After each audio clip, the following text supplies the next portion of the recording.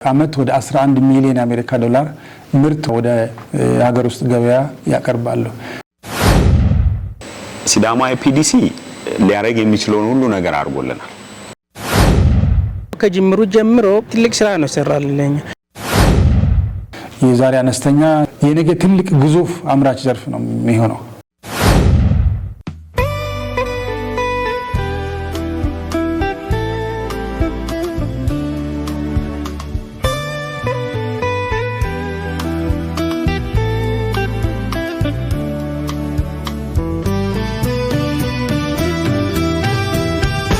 አጀማመሩን በሚመለከት እኛው ራሳችን ተነጋግረን በራስ ፋይናንስ ተነጋግረና እዚህ ባለንበት አካባቢ የመኖ እጥረት እንዳለ እናስባለን። በወቅቱ ደግሞ የነበረው የመኖ ፍጆታና የሰዎች ምሬት ሲናስብ ለምን እኛው ጀምረን አንሰራም በሚል ተነጋገርን።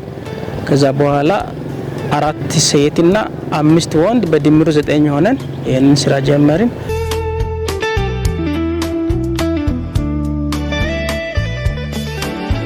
ግባትን በሚመለከት ቶታሊ ይሄ የምንጠቀመው ግባት ባይ ፕሮዳክት እና እሱ ደግሞ ምንጩ ከየት ይገኛል አልሽኝ? አዲስ አበባ አለ፣ ዘይት መጭመቂያዎች አዳማ አለ፣ ፍሩሽካና ሌሎች በተመለከተ ዲላ ሐዋሳ ራሱ እዚህ ዙሪያ አለ፣ በቆሎ አለ። እነኚህን በሙሉ እዚህ የኛ አካባቢ የሚገኙ ከዚህ ከኛ አካባቢ ከሌሎች ቦታ መጡ እንዳልኩሽ ከአዲስ አበባና ከአዳማ እያስመጣን ነው እያመረትን ያለ ነው። ቀድሞም ሲናጥና እዚህ እኛ ሲዳማ አካባቢ ቤዝ አድርገን ነው ጀመርነው። እያየን ሁሉም ክፍተት ሲናይ ከክልል አንፃር ያነ ደቡብ በነበረበት ጊዜ ነው ጀመርነው። ደቡብን ሙሉ በሙሉ እየገባን ማየት ጀመርን። ከዛ አልፎ ተርፋውን ላይሰንሱን ለፌደራል አድርገን መላ አገርቷ በሚባል ደረጃ ኦሮሚያን በሙሉ አሁን እየሰራን እንገኛለን። የምናመርታቸው መኖን በሚመለከት የአንድ ቀን ጫጩት ምርት እናመርታለን፣ የቀይብ ዶሮ ምርት እናመርታለን፣ እንቁላል ዶሮ ምርት እናመርታለን፣ የስጋ ዶሮ ምርት እናመርታለን፣ በግና ፍየል ማሞከቻ እናመርታለን፣ የጥጃ መኖ እናመርታለን፣ በሬ ማድለቢያ እናመርታለን። የወተት ላም ሆኖ ወተት ኖርማልና ወተት ስፔሻል ብለን እናመርታለን። ደራሽነቱን በሚመለከት አሁን ሐዋሳ ላይ እዚሁ ቡልቻ ላይ እዚህ ሼድ ላይ እናመርታለን። ሳይት ደግሞ መሸጫችን አንዱ ሞኖፖል ነው። አንዱ ወደ ጥቁር መሄጃው አካባቢ ያኔት ሆስፒታል ፊት ለፊት መሸጫ አለን።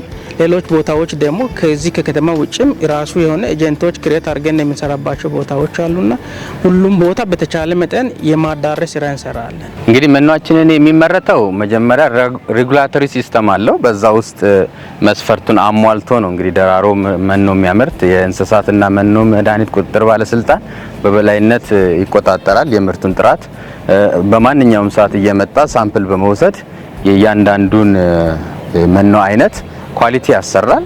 ለዛ ደግሞ ኳሊቲውን አልፈን ሰርቲፊኬት ተሰጥቶን እንዲሁም ደግሞ የባለሙያ የብቃት ማረጋገጫም ጭምር ተሰጥቶት በአካባቢው ያለም የግብርና መምሪያም እንደዚሁ ፍቃድ ተሰጥቶት ደረጃውን በጠበቀ ስታንዳርድ በሆነ መልኩ ነው የሚያመርተው።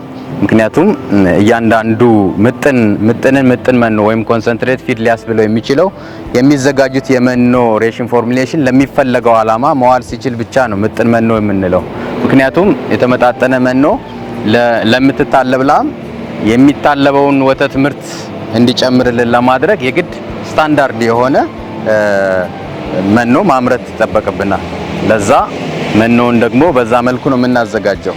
ለወተት ላም የድለባ አይሰጥም። ምክንያቱም ከሌላው ከመኖ አመጋገብ የሚለየው ኮንሰንትሬት ፊድ ለሚፈለገው ከብት ወይም እንስሳ የሚፈለገውን ሬሽን ፎርሙሌሽን የያዘ መኖ ማቅረብ ነው። ጥራቱን በተመለከተ ደግሞ በጣም ሃይ ኳሊቲ ነው። እንደሚፈለገው የእንስሳው አይነት ዝርያ በስፔሻል ደረጃም ስፔሻል መኖ ተብሎ ኖርማል ደረጃ ተብሎ በሚፈለገው እንደየክብደታቸው እንደየወተት ምርታቸው የሚሰጥ ስለሆነ በሚፈለገው ካቴጎሪ ሳይንሳዊ በሆነ አፕዴት በሆኑ ሳይንሳዊ ሬሽን ፎርሙሌሽኖች በኮምፒውተር ሶፍትዌር በመታገዝ ነው እየተቀነባበረ በውስጡ ምን ያህል ኒትሬሽን አለው፣ ምን ያህል ካልሲየም አለው፣ ፕሮቲን አለው የሚለው በላቦራቶሪ ቴስት ተደርጎ ነው ለገበያ የሚቀርበውና ምርታችን ይሄን ይመስላል።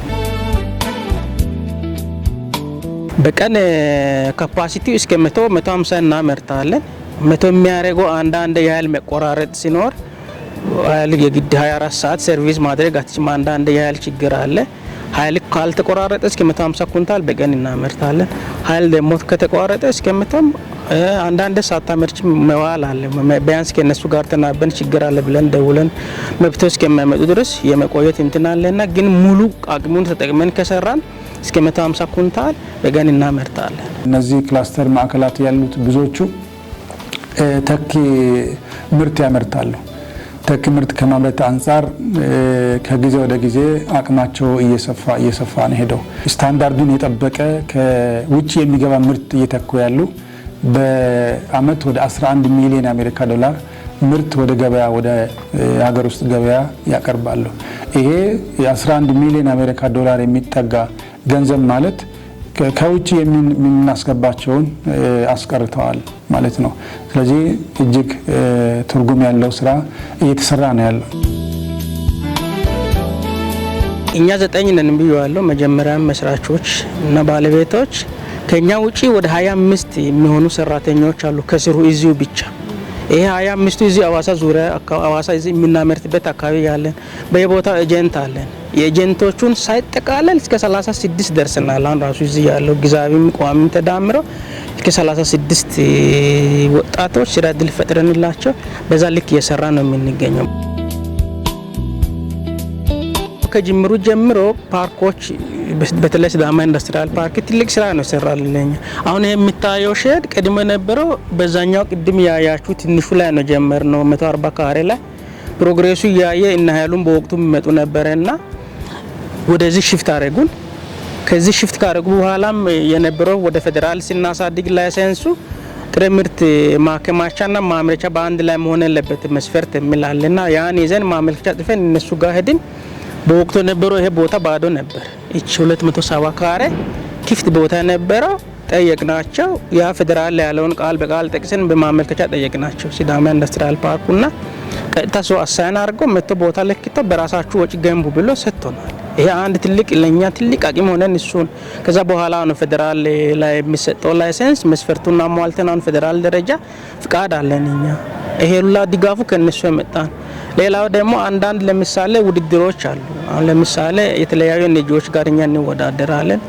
ያ ደግሞ እንትን ሲደረግ ሊንኬጅ ይጠይቃሉ። ኤንጂኦዎች ከማ ጋር ነው የሚሰሩት የሚለው ሲዳማ ኢንዱስትሪያል ልማት ፓርኩ ከኛ ጋር ነው የሚሰራ ብለን ስንል የሆነ ሰፖርቲቭ ሌተር እንጠይቃለን። አውቶማቲካሊ ያለ ምንም ችግር ነው የምናገኘው። ዛደንና አጠቃላይ የተደረገልን ድጋፍ ይሄ የሚታየው በሙሉ ከእግዚአብሔር በታች ይዛ ለሚደረግልን ድጋፍ ነው። በተለይ አግሮ ፕሮሰሲንግ ኤሪያ ላይ ያለው እይታ ደስ የሚያሰኝና ይበል የሚያሰኝ ነው።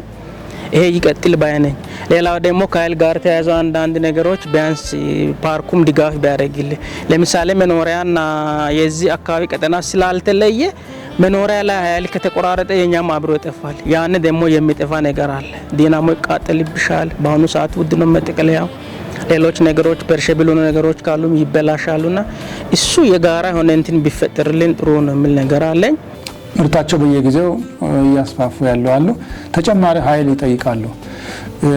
አንድ ጊዜ እንግዲህ ከፍተኛ ወጪ ነው የሚጠይቀው። አንድ ጊዜ ለሁሉም ማሟላት ባይቻልም ግን አንድ ሞዳሊቲ ፈጥረን እየሰራን ያለ ነው። ሁለታችንም አምራች ዘርፉ ራሱ የተወሰነ ፖርሽን የተቋሙ ደግሞ በሂደት ከሚከፍለው ገንዘብ ላይ ዲዳክት ሊደረግ የሚችል ደግሞ ገንዘብ ከፍሎ በሁለትዮሽ የኃይል አቅርቦታቸውን እየፈታን ያለ ነው። ይሄ ተራ በተራ በጣም ምርቱ እየተስፋፋ ባለበት ቦታ ላይ ራሳችን ኢንጀክት እናደርጋለን ገንዘብ። ሌላውን ደግሞ በቀስታ ቀስ እያለ በሚከፍልበት ስርዓት ደግሞ እኛ በጋራ የምናስተናግድበት ሞዳሊቲ አዘጋጅተናል። በዛ መልኩ እየሄደ ነው ያለው።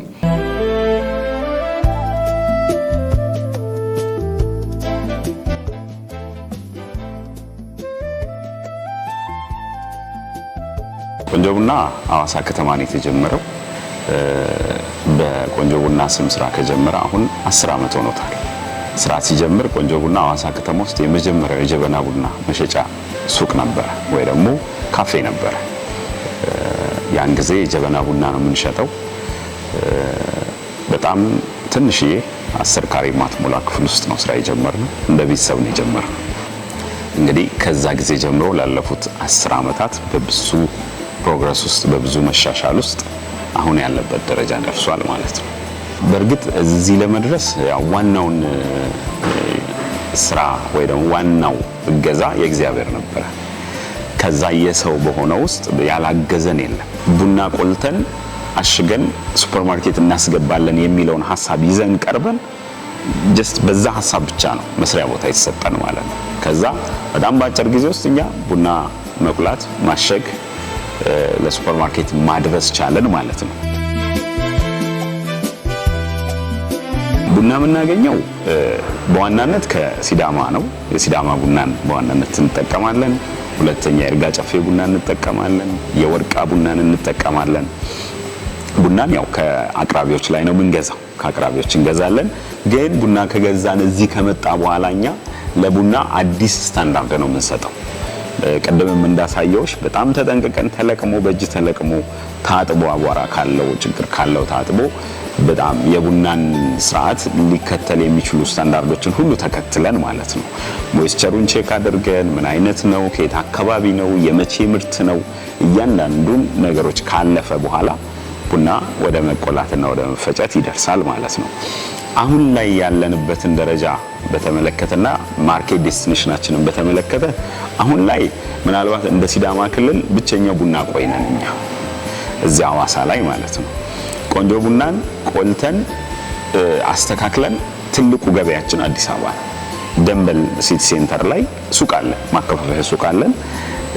የገበያ ተደራሽነታችን አዲስ አበባ ነው ማለት ነው። ሆቴሎች ናቸው፣ ሱፐርማርኬቶች ናቸው። ስለዚህ ይሄን ፕሮሰስ ተከትለን እነሱ የሚፈልጉትን ስታንዳርድ የሆነ ቡና እያቀረብን ነው። በቅርብ ደግሞ ነገሮች ከተስተካከሉልን ወደ ውጪ ቡና መላክ እንጀምራለን። የተቆላ የተፈጨ which እሴት ጨምረን ማለት ነው። የዱባይ ገልፍ ፉድ ፌስቲቫል ላይ ተጋብዘናል። የጀርመን መንግስት እኛን ስፖንሰር አድርጎን እዛ ፕሮግራም ላይ ተገኝተን የሲዳማ ቡናን እናስተዋውቃለን ማለት ነው።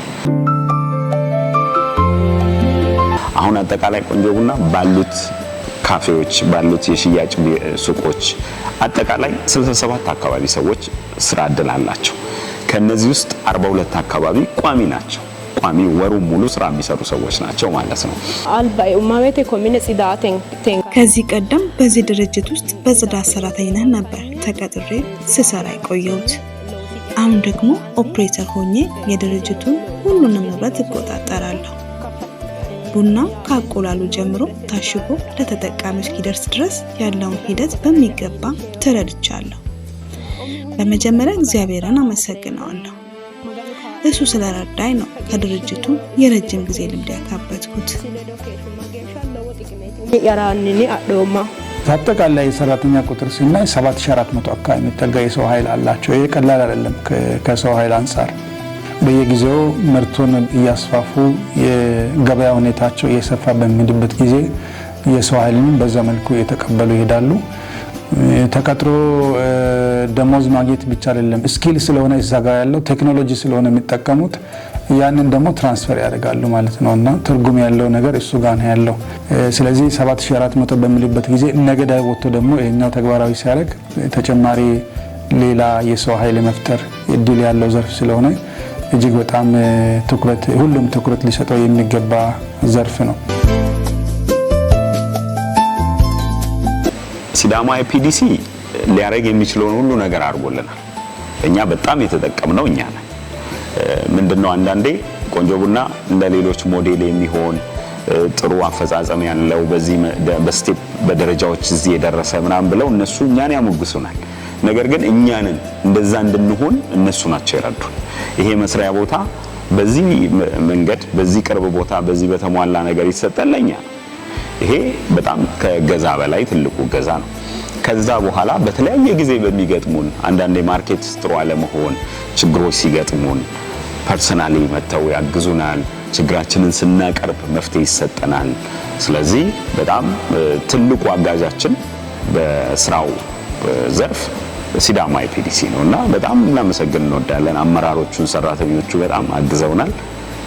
እናመሰግናለን። ክላስተር ማዕከላት ያሉ አምራች ኢንዱስትሪዎችን ከመደገፍ አኳያ ወቅታዊ የሆነ የሚያስፈልጋቸውን ድጋፎች ስናደርግ ነው የቆየ ነው። ከአምስቱ ከተሞች አብዛኛዎቹ ያሉን ሐዋሳ ከተማ ላይ ነው።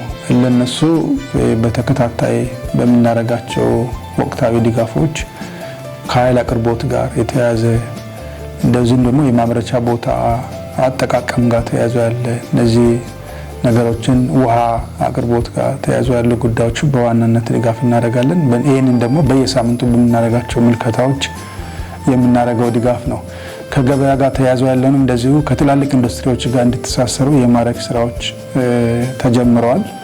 በእርግጥ አደራጅ አካሉም ስራው እንዳለ ሆነው ክላስተር ማዕከሉን ማስተዳደር ብቻ ሳይሆን ከግብአት ጋር እንዲተሳሰሩ የማድረግ ስራዎችን ጀምረናል። ጥሩ ውጤት እያሳየ ነው።